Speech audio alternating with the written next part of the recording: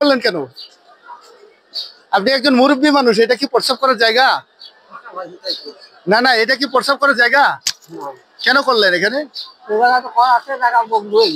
জায়গা বন্ধ হয়েছে, আপনি জায়গা খুঁজে দিবেন। আপনি মুরব্বী মানুষ, মসজিদ আছে, মসজিদ গুলো আমরা তো মুসলমান, আপনি মসজিদে গেলে আপনাকে তো কেউ বাধা দিবে না, মসজিদে করবেন।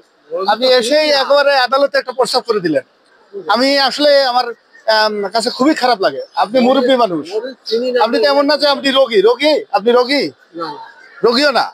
রোগী হলে একটা আলাদা কথা ছিল, কিন্তু আপনি পরিপূর্ণ একজন সুস্থ মানুষ। আপনি ওদিকে খুঁজেন, ওই বারে যান বা মসজিদে যান। হ্যাঁ, আর এই হলো আমাদের অবস্থা। এই পরিবেশ নষ্ট হচ্ছে আপনার কারণে, আপনার অবহেলার কারণে। ভুল হয়েছে, স্বীকার করছেন, ঠিক আছে, ধন্যবাদ। আর করবেন না এগুলা কাজ। আমার আর করবেন না। আমার প্রশ্ন হইলো, এই জায়গাটি আমি পরিচ্ছন্ন রাখছিলাম। একটা কথা মনে রাখবেন, যে পরিবেশের পর সবকিছু ডিপেন্ড করে। আপনার পরিবেশ, ভাব, গাম্ভীর্য, মাধুর্য যদি সবাই ভালো দেখে, তাহলে কিন্তু অটোমেটিক এখানে কেউ প্রস্রাব করার সুযোগ পাইতো না। তো আমি এই জায়গাটি যখন দায়িত্বে ছিলাম, নাজির ছিলাম 24 সালের জুলাই পর্যন্ত, এই জায়গাটা একদম ক্লিয়ার রাখছিলাম। এখন এই জায়গাটা কেন ময়লা থাকবে? আমি এই জন্য, যারা দায়িত্বে রয়েছেন, এই ময়লাগুলো খুব দ্রুত অপসারণ করে এখানে পরিচ্ছন্ন একটা ড্রেসিং করে সুন্দর করে এখানে রাখার জন্য। না হলে মানুষ এখানে নোংরা ময়লা দেখে তারা এখানে প্রস্রাবের জায়গা স্থান মনে করে তারা অনেকে এসে এখানে প্রস্রাব করে ফেলে, যাতে করে আমাদের এই ঢাকা জজকোর্টের পরিবেশটা, পূর্বের যে পরিবেশ, আন্তর্জাতিক মানের যে পরিবেশটা ছিল, এটা বিঘ্নিত হচ্ছে, তাই না, নষ্ট হচ্ছে।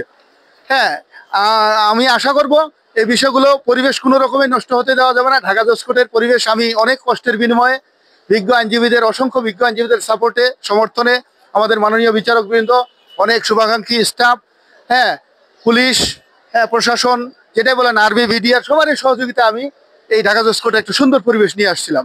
তো এই পরিবেশটাকে বজায় রাখা, পরিবেশের ভারসাম্য বজায় রাখা আমাদের রাষ্ট্রের সচেতন নাগরিক, রাষ্ট্রের নাগরিক হিসাবে প্রত্যেকের আমাদের দায়িত্ব, কর্তব্য রয়েছে। না হলে এই জায়গা আসে আবার প্রস্তাব শুরু করছে, আবার করবে। হ্যাঁ, তো এই যে পরিবেশের যে সিচুয়েশনগুলা, এগুলো আমাদের ঠিক রাখতে হবে, এগুলো আমাদের পরিবেশের ভারসাম্যটা বজায় রাখতে হবে।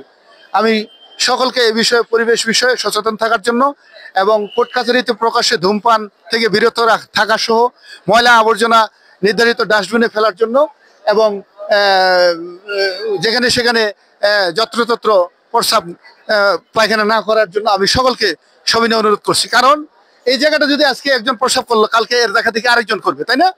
এই যে লোকটা করলো, আমি উঠাইলাম, কালকে দেখা থেকে আরেকজন করবে। এই যদি এরকম করতে থাকে, তাহলে তো আমাদের পরিবেশটা পুরো নষ্ট হয়ে যাবে। আমি সংশ্লিষ্ট সকলকে অনুরোধ করব এই বিষয়ে আমাদের সচেতন থাকার জন্য। ধন্যবাদ। আসসালামু আলাইকুম ওয়া রাহমাতুল্লাহি ওয়া বারাকাতুহু।